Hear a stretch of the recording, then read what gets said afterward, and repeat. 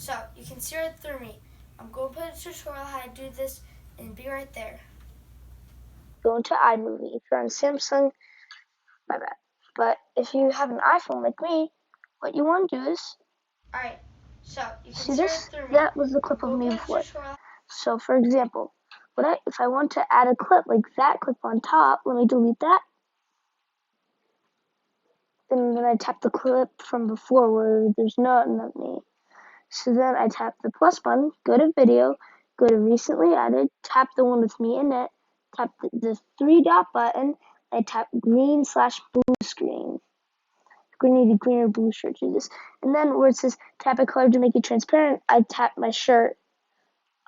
It's very hard to tap in the right spot because I'm using my thumb. There. And that is how you make your shirt see-through or any other blue or green color see-through, like your phone, bike, blanket, anything. Just I'm signing out.